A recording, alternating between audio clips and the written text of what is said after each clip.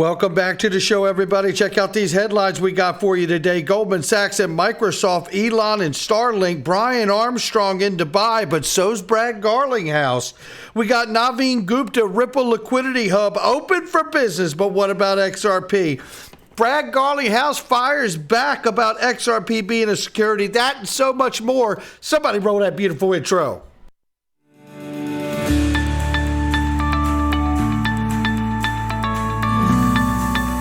Digital Perspectives with Brad Kimes. Come on in.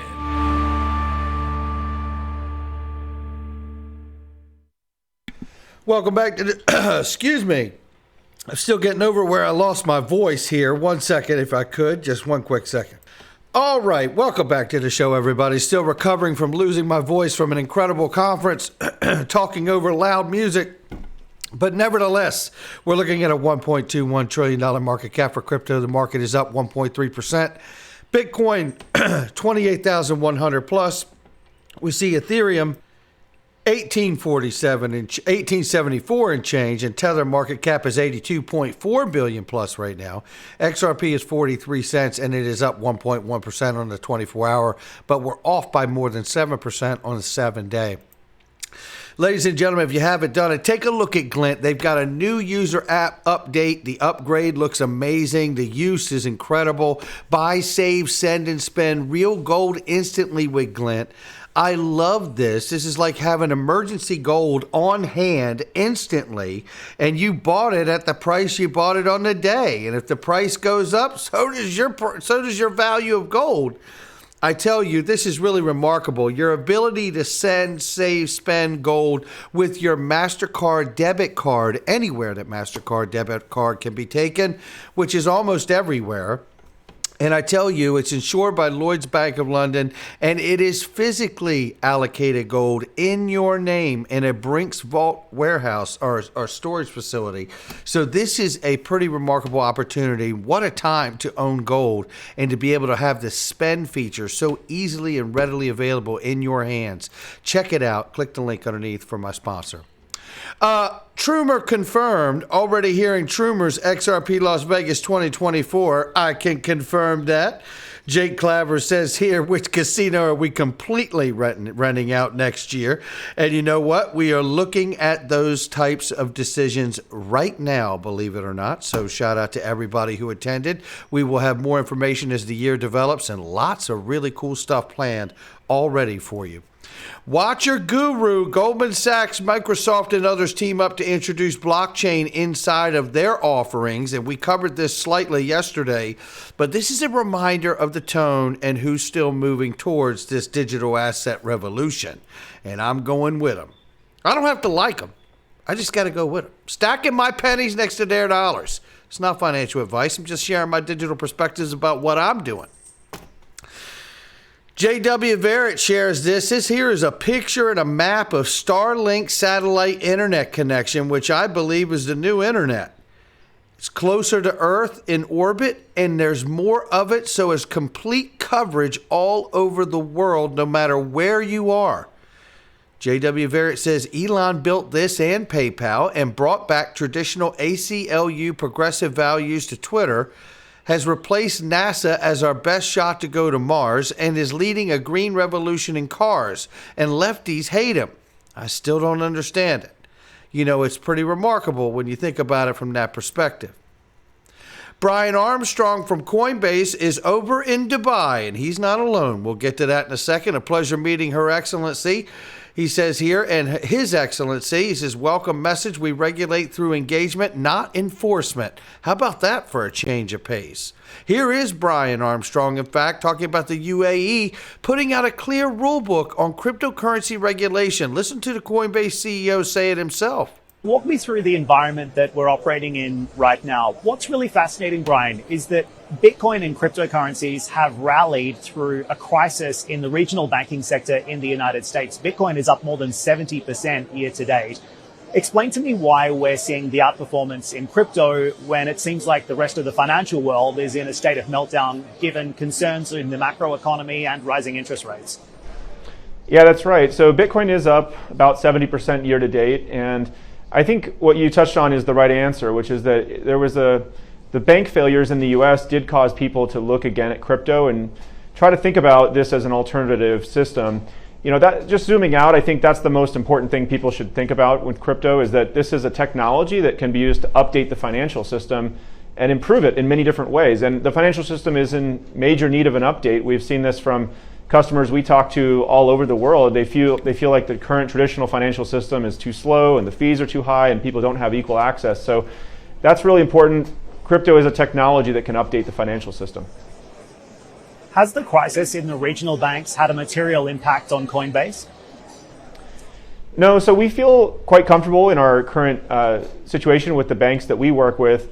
We had about 5 banks that we worked with in the US going back a few months, and then we did see the failure of 2 of those, but we've since restored that level of redundancy with new bank relationships, and so we feel like we're in a really solid place on that front. And I think that just speaks to the commitment to compliance and regulation that Coinbase has really exhibited from the early days as a company. Going back even 10 years, that was a clear decision that we made and I made as CEO then, to say we're going to embrace regulation, think of it as a business opportunity and a business enabler. And I think that's helped us get some of the best banking partnerships around the world. And I would agree. I mean, the problem here is we see the SEC and the government, I think, working coordinatedly even outside of those agencies to go after banks that are supplying that lifeline. Let's call it oxygen, if you will, the way Paul Grewal does, the chief legal officer from Coinbase, to those banks. And I tell you, it's something to pay very close attention to. Just like this. Shout out to Bob Ross from Sologenic Ethereum here. And look who he's hanging with. Naveen Gupta, Reza, and we see none other than Brad Garinghouse. That's right. Just a couple days before that, he was hanging with all of us. This guy is amazing. I tell you this, I really do. I am still so very, very grateful for him attending XRP Las Vegas. But isn't it interesting that Brian Armstrong, Brad Garinghouse, they're all over in Dubai because they know that there's clarity coming in a big, big way over there. And I want you to hear Naveen Gupta talk about the differences between Dubai, the UAE, and here. Take a listen. How would you characterize the crypto regulatory environment in the Middle East if you had to compare it to what we're seeing in the US right now? I think it's just light. I mean, it's day and night, right? I mean, so what I can see, because I experience mainly the UAE, I think the regulators are very open. You can come up with an idea, have a dialogue with the regulator, agree on the way forward, and you're able to move forward with very quick speed. Also, you're able to very quickly mobilize in terms of team. You're able to scale up and then constantly go back to the regulator if the model changes in some way. So this healthy two-way dialogue that's creating the fertile ground for companies to grow in the Web3 space. How would you characterize the And there you have that, but we're not done with him. You're going to hear from him again in a second because Liquidity Hub is now officially open for business. According to Brad Chase, head of Liquidity Products, says Liquidity Hub combines ease of use, powerful payment integrations, cost savings, and more into a single scalable enterprise-grade platform. Very exciting. However, keep in mind, as we already knew from the Q report, that Ripple Liquidity Hub now officially open for business, but does not offer XRP at the moment. XRP will be evaluated along with other tokens for support within the product. We look forward to supporting XRP as it receives regulatory clarity in the U.S. This is a precautionary measure to not basically antagonize the courts or regulators in U.S. government and the court system, I believe, and very well played. We talked about this openly, and that it was simply just because the court case is still looming at the moment. Decision any day now, ladies and gentlemen.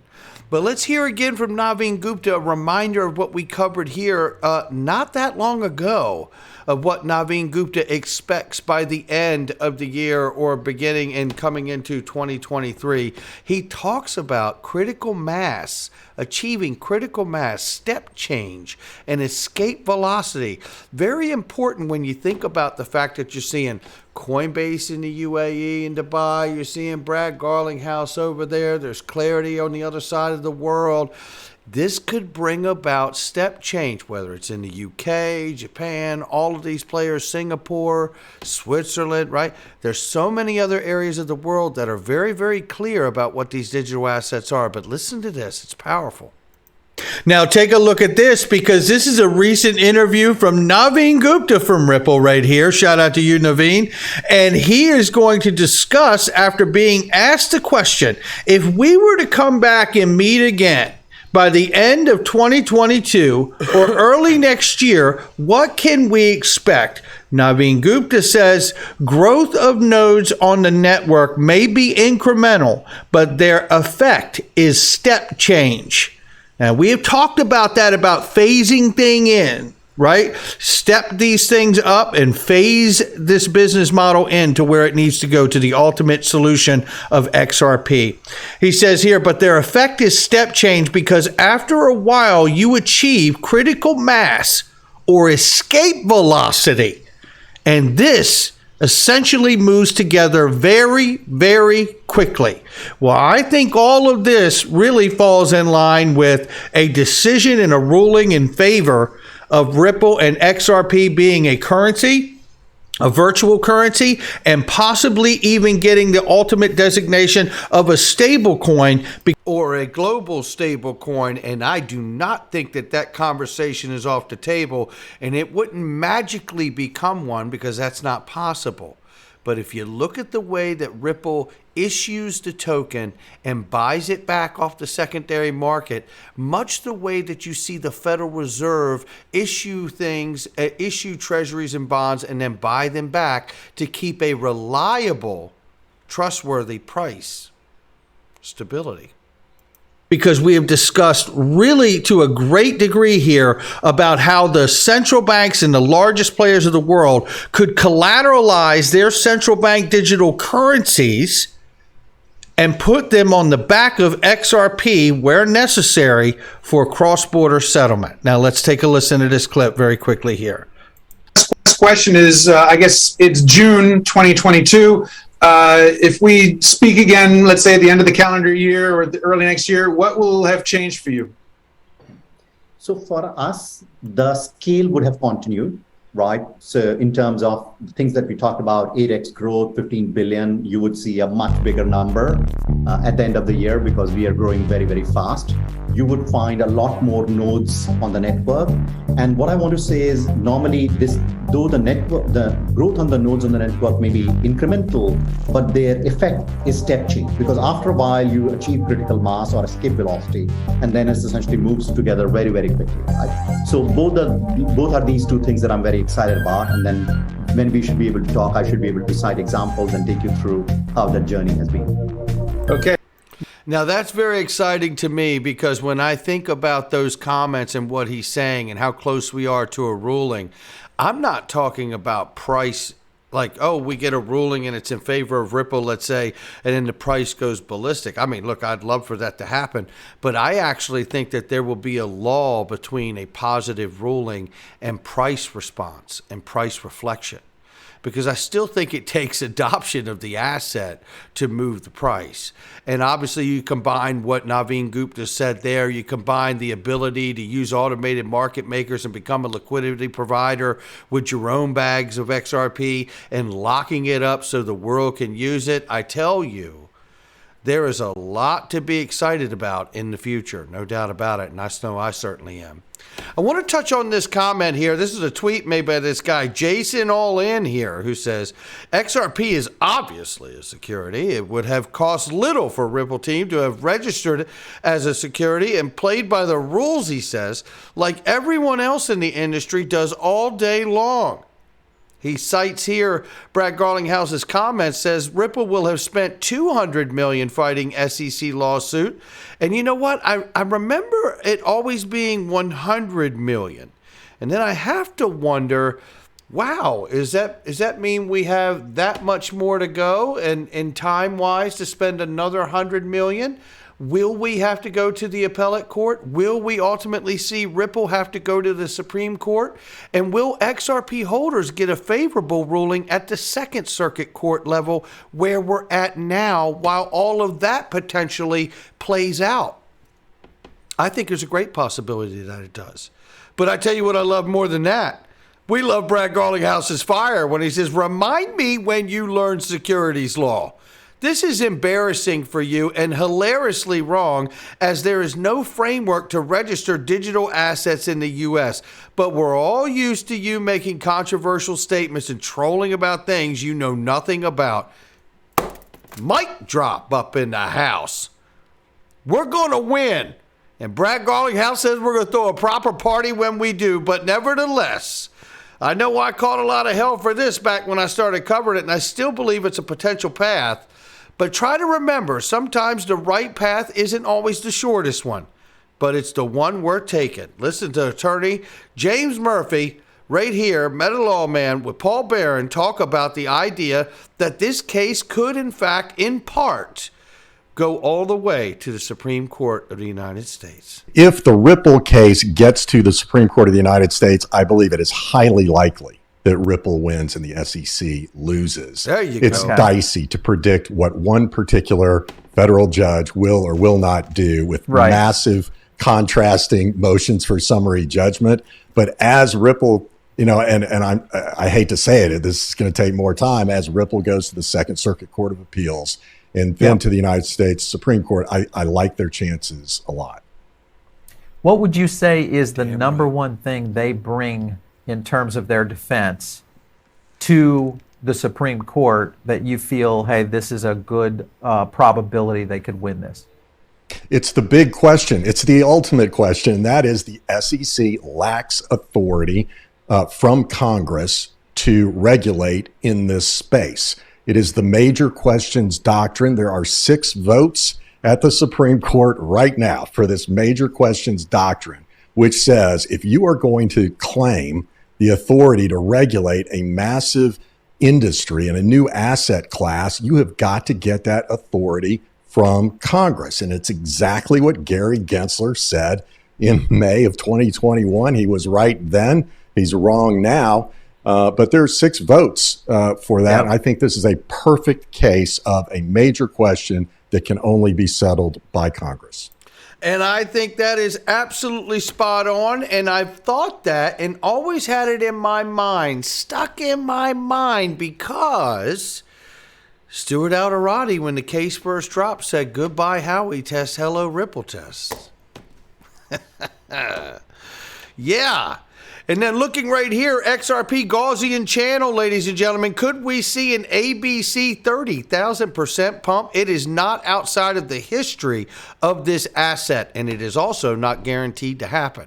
But if you look at case A, case B, and case C here, you will see that Eggrad Crypto breaks it down for us. Multiple closes in case A above the Gaussian channel, dumps 30.5%. XRP takes 120 days to close again above the Gaussian channel, signifying the start of the pump. Case B, multiple closes above the Gaussian channel, dumps 14.8%. And it says here, XRP takes 75 days to close again above the Gaussian channel, signifying the start of the pump. And KC, XRP closing multiple closes above the GC, dumped 19% so far. 20 days has been elapsed. It says here, XRP violated Case B conditions by dumping 19%, which is more than the 14.8 we still need to violate during the 75 days. No one will believe that XRP can pump 30,000% until it's too late. And you know what? We know in history that the asset has done that. Now, it does not guarantee that it will happen again, but you better be pretty happy with where you are in case it does. Not financial advice from me or anyone else. I'm back, baby, and it feels good. This is Digital Perspectives. Leave a comment below, and I'll catch all of you on the next one.